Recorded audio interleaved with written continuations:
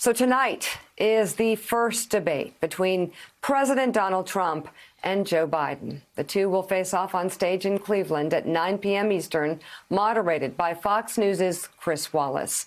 The pre-chosen topics include each candidate's records, the Supreme Court, coronavirus, the economy, race and violence in U.S. cities, and the integrity of the election.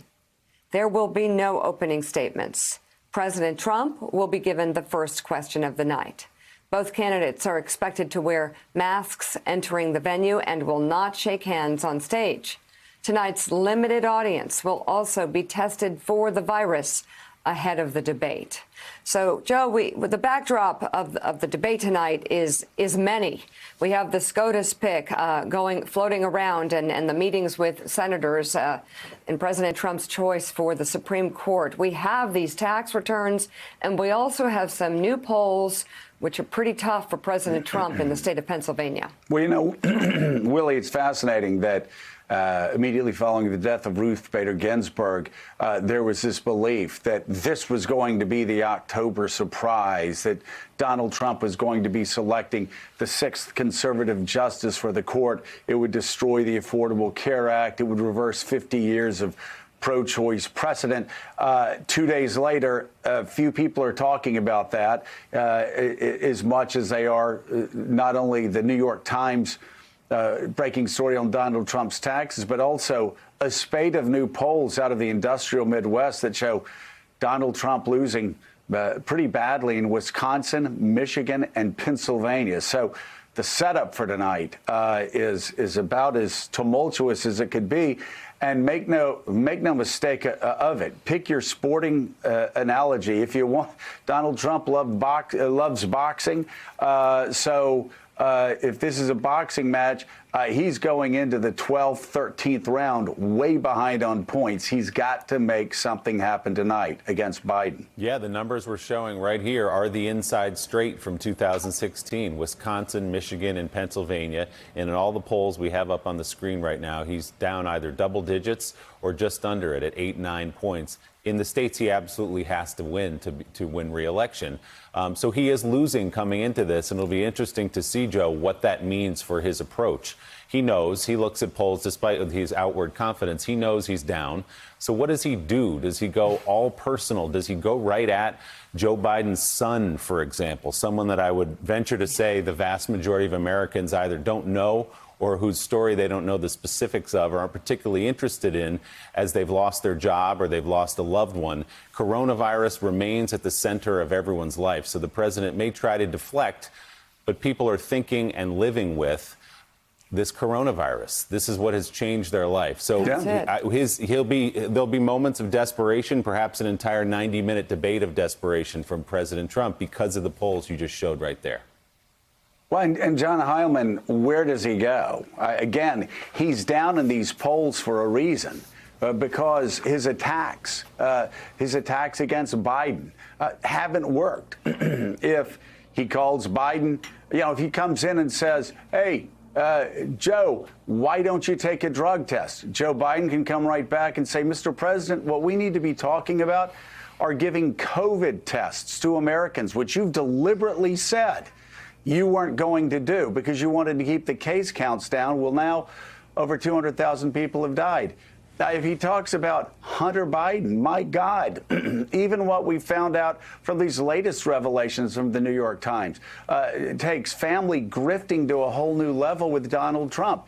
If he tries to call him a socialist, that doesn't work either. I mean, Donald Trump, this is a guy, a lot of people forget this.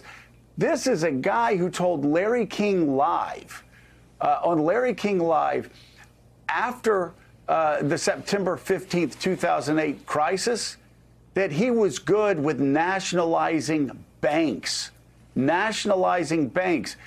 He's got, I don't see that this guy has anywhere to run. And again, against the backdrop of this New York Times story and some really bad polls out of the industrial Midwest, what's Donald Trump's line of attack against Joe Biden?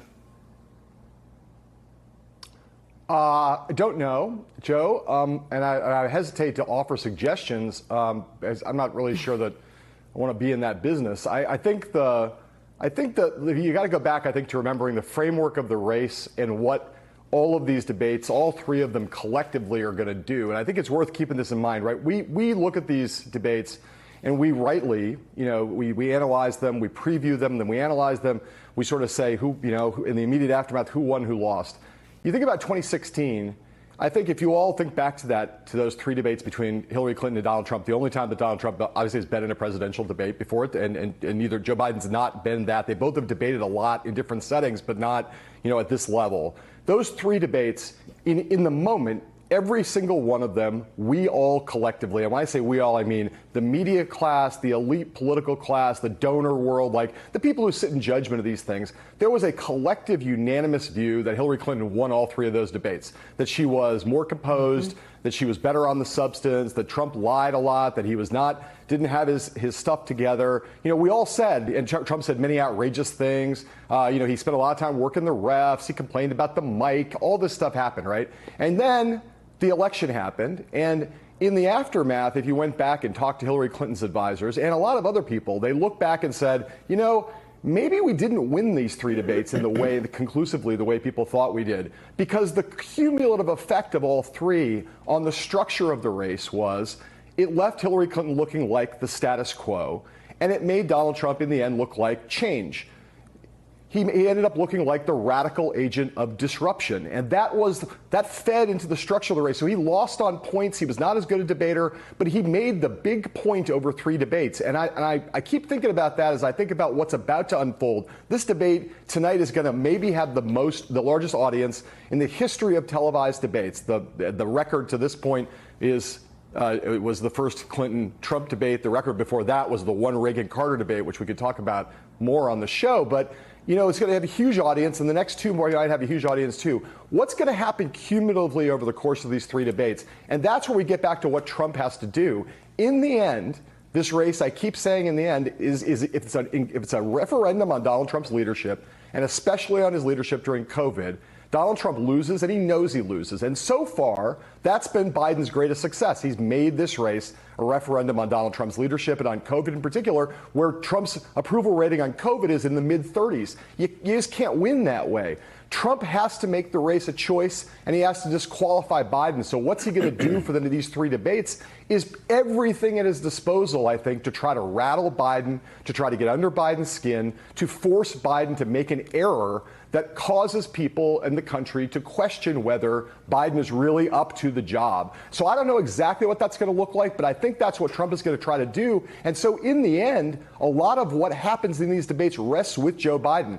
Can he, for three of these nights, but particularly tonight, not make that kind of mistake? Can he say to America, you guys are ready to fire Donald Trump. Now I'm going to close the sale and make you comfortable that I'm a genuine alternative. I can run this country, and I'm better than that guy, and you want to spend the next 4 years with me, not him. That's, I think, what it all comes down to. And there's going to be a lot of smaller things that add up to that, but that's the core question for tonight and for all three of these in October. Thanks for checking out MSNBC on YouTube, and make sure you subscribe to stay up to date on the day's biggest stories. And you can click on any of the videos around us to watch more from Morning Joe and MSNBC. Thanks so much for watching.